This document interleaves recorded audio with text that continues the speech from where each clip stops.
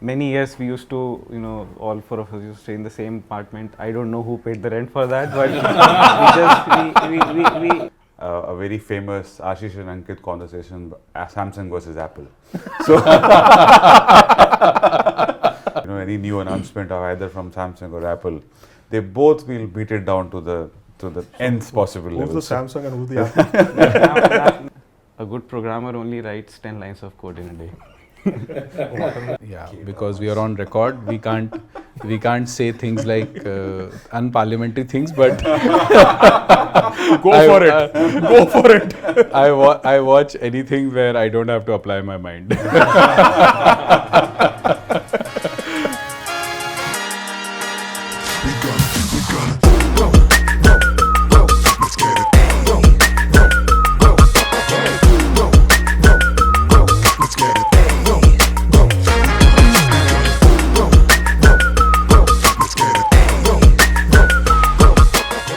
Hello and welcome to another episode of Beyond the Boardroom.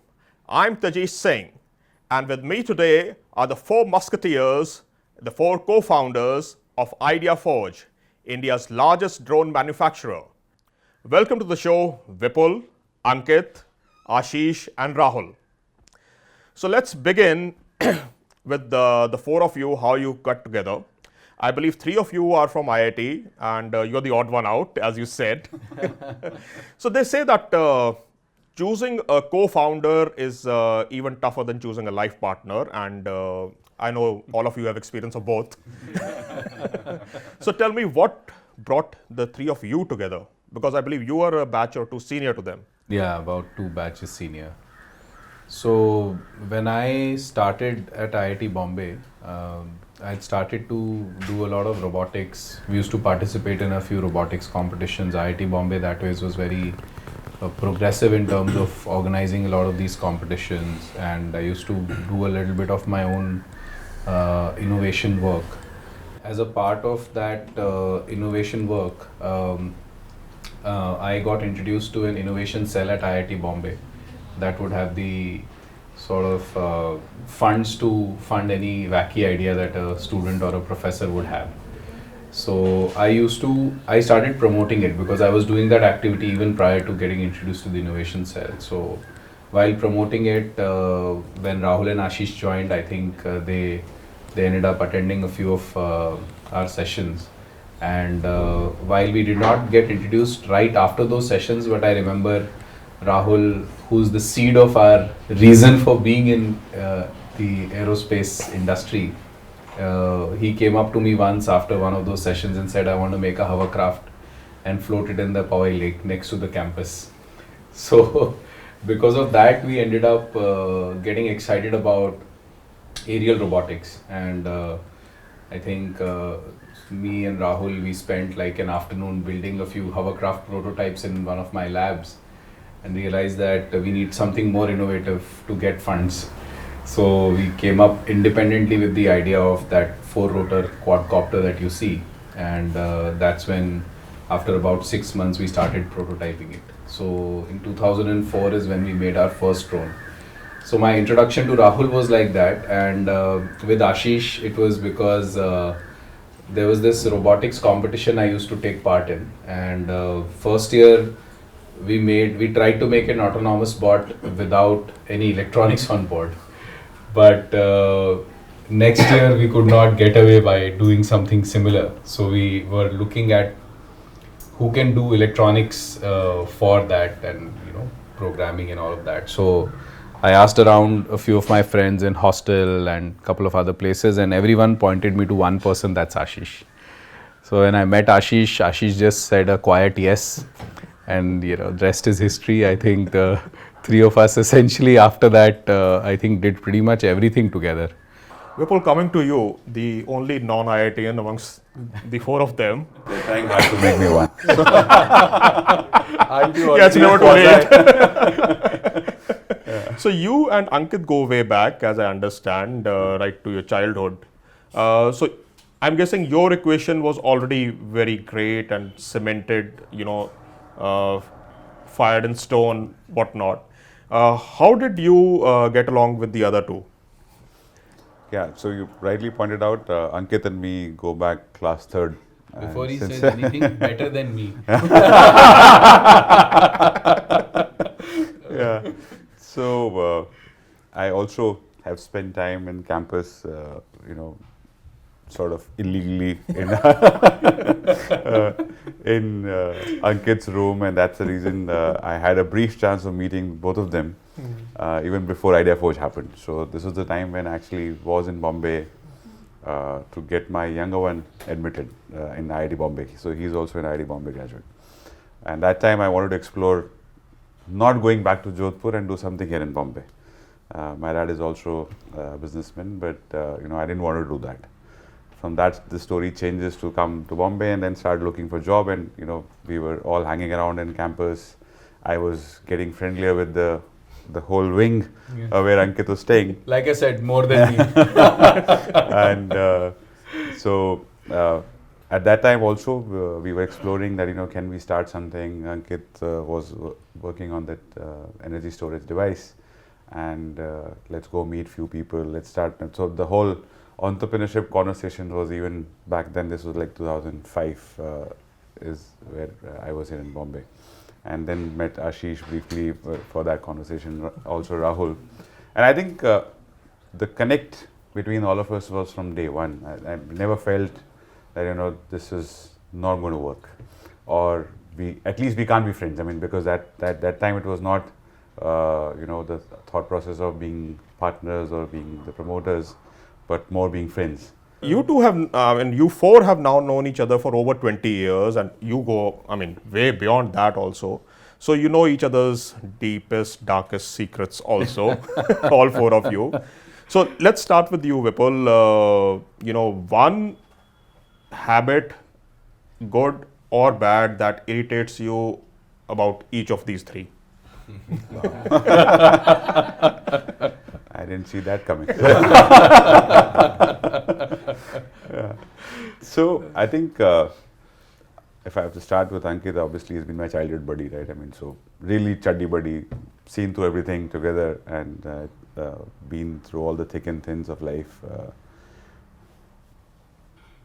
Patience, I think I would say that he holds the largest out of all of us, and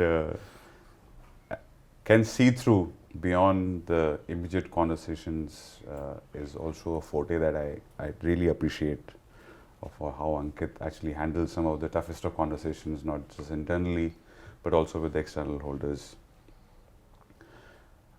The one thing that irritates is also that if he's stuck on an idea, he'll not let it go even if he's had 100 conversations.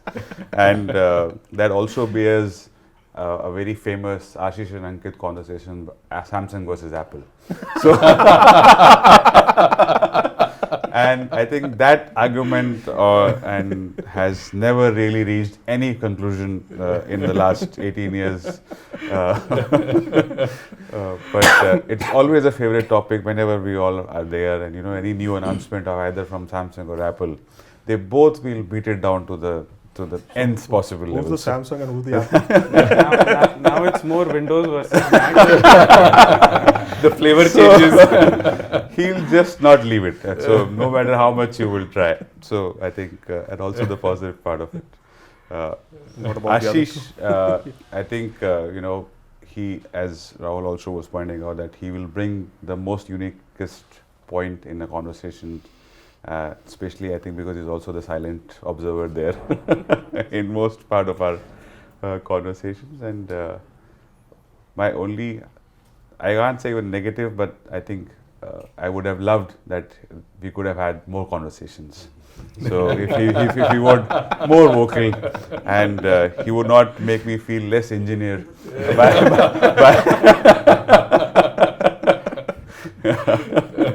so he makes you feel that you know less. So Rahul, I think, is a master of peeling layers. I think that's something that you can just get wowed by. He will, Like an onion. go to the depth without being perturbed at all, even blinking an eyelid, and something that you can really get inspired by. that is area that you don't see in many people. You don't really get inspiration also from a lot of people because everybody is wanting to finish, and he'll just be very patient with like that there's an nth layer that I haven't reached, so do not disturb. Ashish, your turn. I think I irritate them more than they irritate me. But I think Rahul and Vipul are people, people's person, and it's difficult for them to irritate someone. And with Ankit, we have a monthly dose of conversation, which Vipul mentioned. So. Is he always this diplomatic? You really have to meet him off the board. I'll probably quote at least one funny instance about Vipul. So we have annual awards at our office. So he gets the award of being the finest people observer. So he has the finest pulse of everyone in the organization. I was like, how did you interpret that? That is more often not correct. Yeah. It's fascinating. Yeah. And with Ankit, I think as I stated, just it's like there used to be this ad which would say, "Kitna deti hai?" It's like, right? Most people will feel a bit reluctant to ask that question, right? But in the mind, that's a consideration. He has no apprehensions about really asking those questions. So he's a master negotiator that way. One of the initial tenants that we had for our office space, he said, I had never been negotiated harder than what I did, and I gave away my property for much lower than what I anticipated. I couldn't say no while doing that. So that's been a strength, and if you're on the other side of that conversation, it can really irritate you. And with Ashish, I think, as has been stated, I think he's excited about fundamental value addition. So if in the conversation you're not able to bring that out, he can be ruthless about it, and as Vipul said, make you feel that you have thought less about it or something like that. Which at times I would do, said, okay, maybe I did not think hard enough about it. I have to go back, reconstruct the argument, and then come back and pitch him. One of the turning points that came in your company's existence, IdeaForge's existence, would and that really sort of made you a household name, given that you hardly advertise, was Three Idiots. Yeah. How did that happen? Yeah, so I think it's a very interesting story. A good part was that we were part of the incubator at IIT-Bombay, Sign, right? So a lot of people were generally curious about startups in the early days, and they would come up and they would want to understand what different businesses were doing. One of the fun things we used to do was, while developing our drones, we used to go and fly them in our backyard at IIT-Bombay. Not even our backyard, actually, it was right the heart and center of the academic area at IIT-Bombay, and it was right opposite the main building. We used to keep flying. So one such article came up in Mumbai Mirror. It was seen by one of the actors, who then recommended it to Mr. Hirani's team. And then these guys went to his office with the drone, and they flew it, and it's actually part of the making of the movie as well. So they saw the flying, and they realized that it sort of fits their script and looks the part very, very appropriately in terms of how early prototypes are, right? So then they decided that they'll probably find a way to merge it in the script and drive that. So it was quite a good advertisement for us. Yeah. It ended up, what it did for us was it really made our life very easy to relate to the customer, because it was such a popular movie, and it was so easy for everyone to get it. The moment they correlate to what a drone does to what they saw in the movie, it immediately sort of takes away the conversation of why a drone or for what purpose. It then gets the conversation to how much, and how much will it cost. So I wanted to talk now about your interest beyond work. And Ashish, you've just become a father. Congratulations. So I'm guessing that leaves very little time to pursue any interest outside of work. Or do you still have some time? Not in the current days, but I have interest in music. So as a kid I used to play tabla and then eventually moved on to playing guitar. So I do that whenever I get some time. I also like making guitars and making amplifiers. So that's like a Wow. part-time thing I do whenever I get time. What about you, Rahul? Obviously, the part of doing what you like doing means it's hard to distinguish between what your out of work interest is and what is in your work interest. So let me clarify that. Your interests where you do not get paid. That still doesn't clarify it very easily, because even at work you end up doing things without having clarity if it will get you paid or not. But yeah, so I generally like travel and stuff like that. I haven't been able to spare time for that, but whenever I get chance, I do. Recently picked up running, which I was not great at, but now liking it. So sort of hoping to nurture it into something more sustainable. And I generally had interest in automobiles, bikes and cars earlier. That also has tempered down over time just because of availability of time. So yeah, simple but most exciting things remains at work. So obviously driving has been my core area that I really enjoy doing, but also with, as rightly pointed, we get only as much time. Spending time with my close group is also something that I really like, traveling with them, especially friends group who we can spend time, create those memories. Don't get enough time these days, but that's something that I want to create more and like doing as well. Music is another side that, especially ghazals and all, that are my very, very close favorites. You sing? No, I don't. But it dances really well. Don't worry, we won't ask you to sing. And you, Ankit? Yeah, so I think, my favorite thing is to think, surprisingly.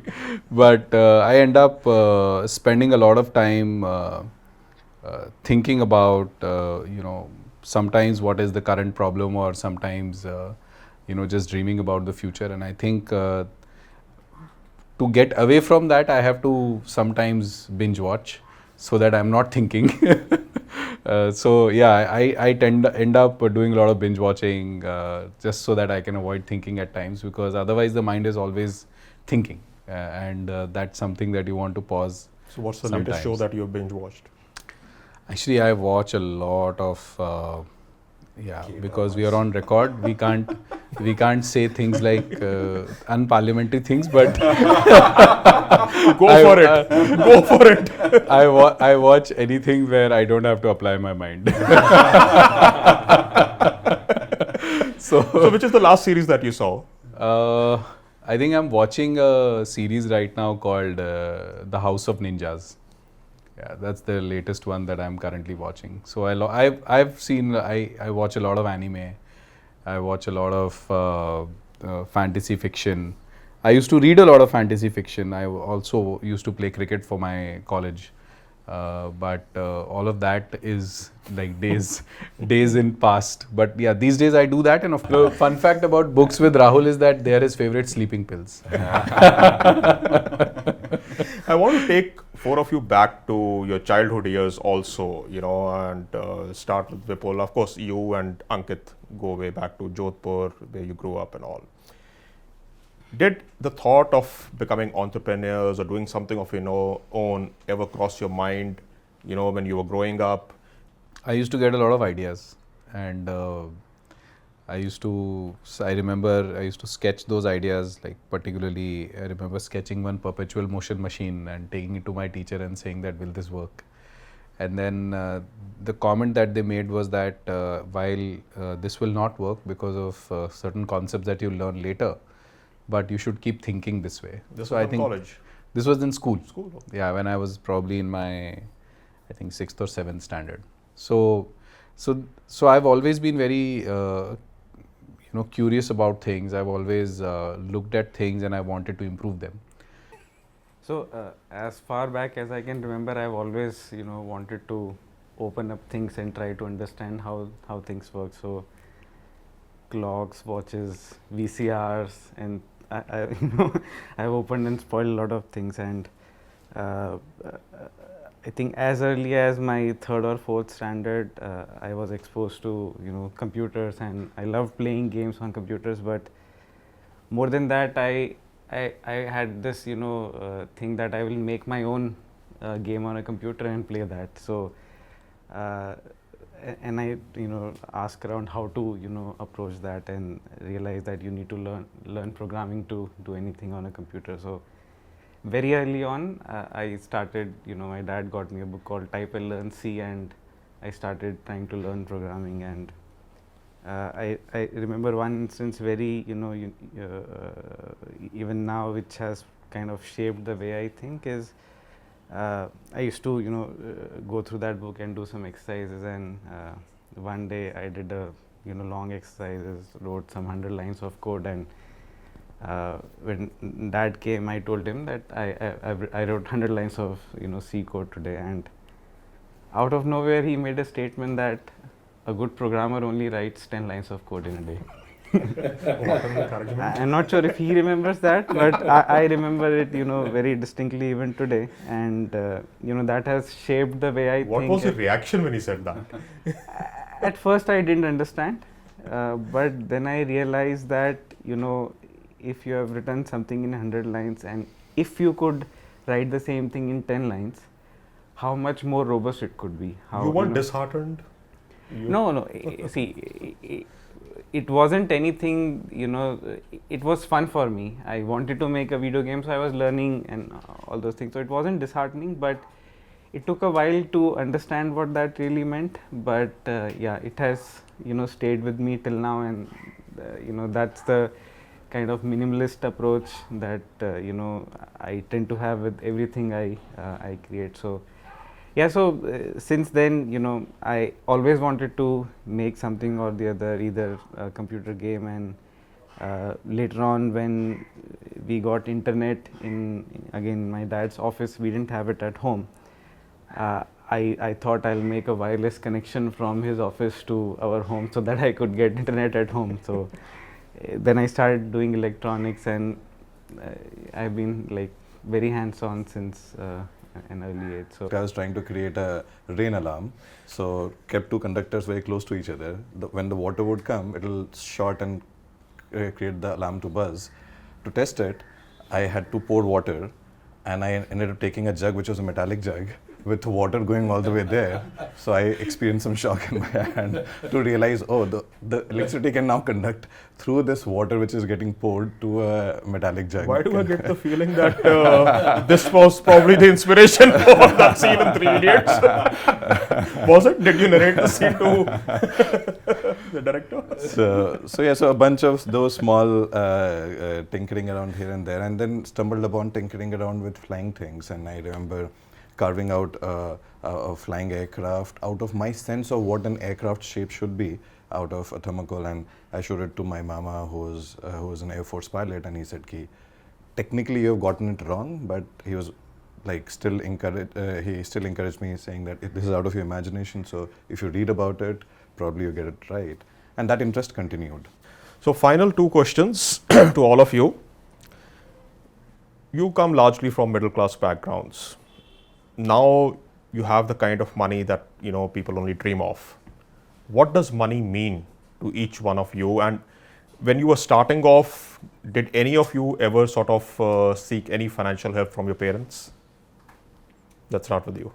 Yeah, so I think when we started off, the intent was to bootstrap and be able to get the resources to sustain what we did. So in our domain, we couldn't get growth stage funding very easily. So we really had to earn our sustenance. So both through the earliest example of that was essentially we became robotics tutors or teachers for a robotics company teaching robotics to engineering students. So right out of IIT, we were going and teaching other engineering students how to put a robot together, which was exciting, which was fun, but it was essentially to sort of sustain what we were doing.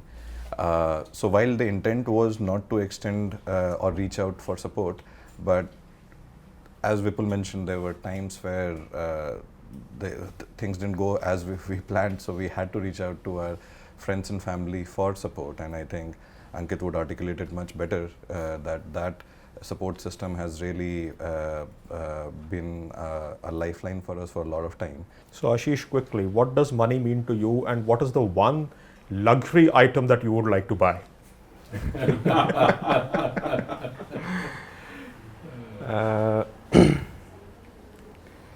So I value convenience, so probably a big house is something of interest to me. But other than that, I think money has always been secondary. You know, the wow we get from creating things and things that can potentially make impact has been, you know, what has driven us all these years. And we've spent many years, we used to, you know, all four of us used to stay in the same apartment. I don't know who paid the rent for that, but we've gone through those times as well. Oh, yeah. I think I would want to cover the world in travel. Would be the only luxury. And Road trip? Mix of a lot of things, but yeah, if I can do it comfortably, would be my area that I like to. Ankit? I think something that allows me to enjoy technology at the earliest. That's, I think, the most I spent on. I have my quirks that I spent on, but I don't think anything Name that breaks one. the bank. Yeah, maybe gadgets, a few gadgets. Okay, Yeah. final question to all of you. One person who's had the most influence outside of your family, immediate family, who's had the most influence on you, whether through some advice or some experience that you had with that person? With you. Let's start with you, Vipul. I think my maternal grandfather, who built his life from scratch, being the trainee engineer to being at the helm of the company, and how he built his life, obviously left a lot of impression on me from my early days. And if I have to draw inspiration, I keep going back. And also my great grandfather, who also built our family, also from scratch. This was again the partition times and all of that. That he actually, used to be a halwai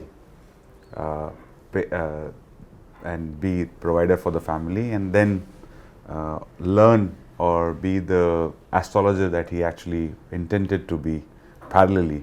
And during this whole thing, and he actually learned all of that together and did that hardship. So that always, and for me, I think he still stays as an inspiration or a guiding from wherever he is right now. So, Ankit? So for me, I think different phases I've had different people who've influenced my thinking and have supported our journey in a very, very big way. So one is Professor Amarnath at IIT-Bombay. I think he was somebody who really changed and he was the one who brought the trajectory of tinkering to life for us when we were at IIT-Bombay, and he was my mentor guide. He was their guide as well, but we spent a lot of time working with him and thinking through things with him. I remember one thing that he told us when we lost a competition for some random reasons is that, Ankit, I can strip away all medals from you, but I cannot strip away the experience. So cherish the experience that you're getting, and I think that really is something that I hold very dear to my heart even today. And I think in the present phase, there's a gentleman called Ganapati Subramaniam. I think he has been a very, very close mentor to all of us, actually. And I think he has really helped us over the last, I would say, 8 to 9 years and 10 years since we know him. And it's really been a rewarding journey with him over these years. Ashish? So the most influential has been my parents, my dad. I give an example, and Other than one- them.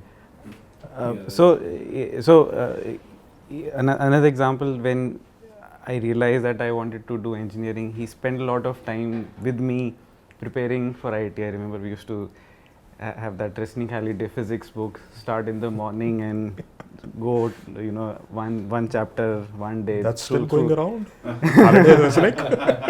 Acknowledging obviously the family part remains as a great influence, and a lot of the common entities are part of that influence, and just extending that part to beyond Professor Amarnath.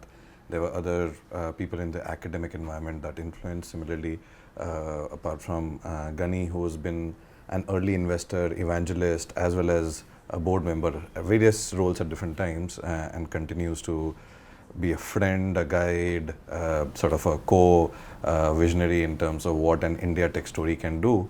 And his involvement goes beyond just what IdeaForge does, but just his belief on India hardware tech story, what it does has been great. But as Ankit mentioned, we've also been lucky of having the right type of investors, not the Shark Tank kinds, but the kinds who co-create and believe in a certain direction. So not to name anyone specific, but throughout the time we've had bits and pieces of advices and quirks which have influenced our thought. Thank you so much, guys, for giving your time. Thanks, Rahul. Thank you so much. Pleasure. Ashish, Vipul, thank you so much for your hospitality. Thank you so much. And Ankit, thank you. Thank you. So that were the 4 co-founders of IdeaForge. We'll be back again with another episode of Beyond the Boardroom. Keep watching. Thank you.